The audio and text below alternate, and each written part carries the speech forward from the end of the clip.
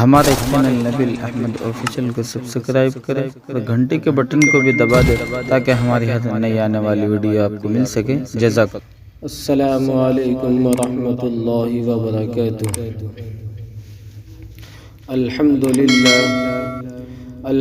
للہ وکفی وسلام علی عباده الذین اصطفی، اما بعد فاعوذ باللہ من الشیطان الرجیم، بسم اللہ الرحمن الرحیم۔ قل هل يستوي الذين يعلمون والذين لا يعلمون، وقال رسول الله صلى الله عليه وسلم فضل العالم على العابد كفضل القمر ليلة البدر على سائر الكواكب، او كما قال عليه الصلاة والسلام۔ علم ایک ایسی دولت ہے جو لٹتی نہیں، علم ایک ایسی دولت ہے جو لٹتی نہیں، خرچ کرنے سے کبھی گھٹتی نہیں۔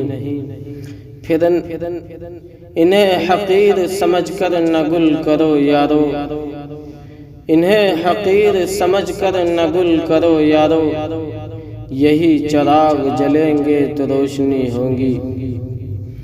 میرے محترم بزرگوں اور عزیز دوستو، آج میں آپ حضرات کے سامنے علم دین کے موضوع پر چند باتیں عرض کرنا چاہتا ہوں، اس لیے امید ہے کہ آپ حضرات میری بات کو بغور سماعت فرمائیں گے۔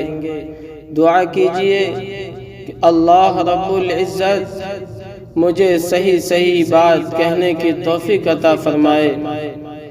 میرے محترم بزرگوں اور عزیز دوستو، آپ حضرات نے علم دین کی فضیلت و اہمیت کو بہت ساری کتابوں میں پڑھا ہوگا، بہت سارے مفکروں سے سنا ہوگا، بہت سارے دانشوروں سے سنا ہوگا، بہت سارے آدمیوں سے سنا ہوگا، بہت سارے خطیبوں سے سنا ہوگا۔ آج میں بھی آپ حضرات کے سامنے اسی عنوان پر گفتگو کرنے کے ارادے سے آیا ہوں۔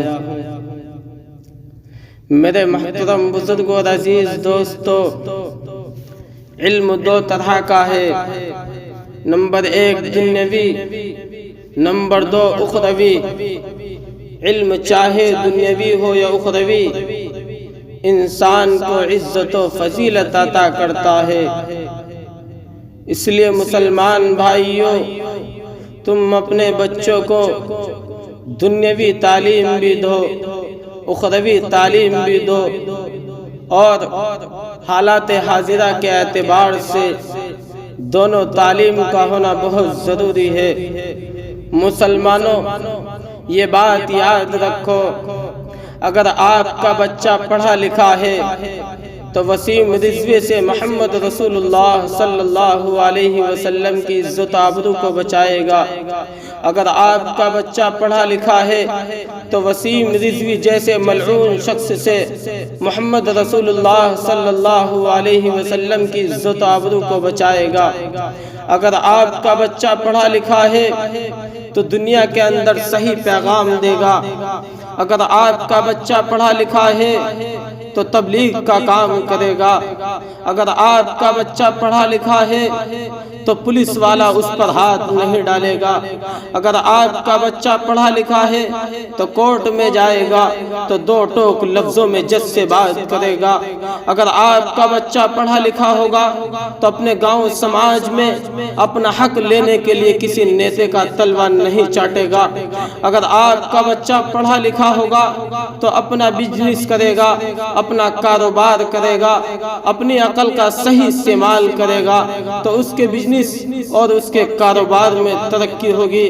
اگر آپ کا بچہ پڑھا لکھا ہوگا تو کسی گاؤں سماج میں کوئی برائی ہوتی ہے یا کوئی غلط کام ہوتا ہے یا کسی غریب کو ستایا جاتا ہے یا کسی غریب پر ظلم کیا جاتا ہے تو اس کو اس کام کرنے سے اس کو روکے گا، اس برائی کو کرنے سے روکے گا، غریبوں پر ظلم کرنے سے وہ اس کو روکے گا۔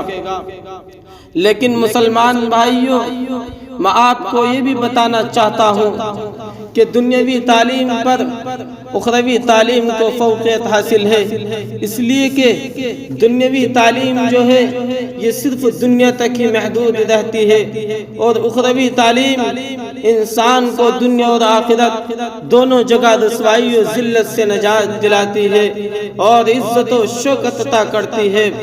مسلمانوں میں آپ سے پوچھنا چاہتا ہوں کہ وہ کون سی شے تھی جس نے حضرت آدم علیہ السلام کو ملائکہ سے افضل بنا دیا؟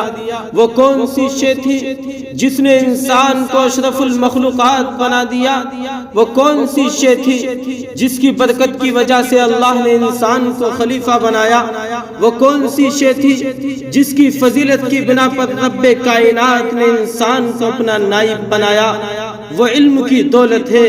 جب رب کائنات نے قرآن کا نزول فرمایا تو سب سے پہلے وہ آیت نازل فرمائی جس کا تعلق علم سے ہے، یعنی اقرأ بسم ربک الذی خلق۔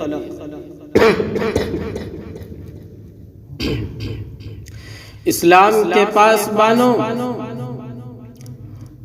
اخروی تعلیم کی فضیلت و اہمیت آیات قرآنیہ اور احادیث نبویہ میں بکثرت وارد ہوئی ہے۔ اللہ تبارک و تعالی ارشاد فرماتا ہے قل هل يستوي الذين يعلمون والذين لا يعلمون، اے محمد صلی اللہ علیہ وسلم آپ کہہ دیجئے کہ اہل علم اور اہل جہل برابر نہیں ہو سکتے، جس طرح توحید و شرک برابر نہیں ہو سکتے، جس طرح ہدایت اور ظلمت ایک جگہ جمع نہیں ہو سکتے، جس طرح رفاقت و عداوت برابر نہیں ہو سکتے، جس طرح حق و باطل برابر نہیں ہو سکتے۔ کیوں؟ اس لیے کہ توحید کی ضد شرک ہے، ہدایت کی ضد ظلمت ہے، رفاقت کی ضد عداوت ہے، حق کی ضد باطل ہے، اور ایک قاعدہ ہے کہ اجتماع ضدین محال ہے۔ اسی طرح اہل علم اور اہل جہل برابر نہیں ہو سکتے۔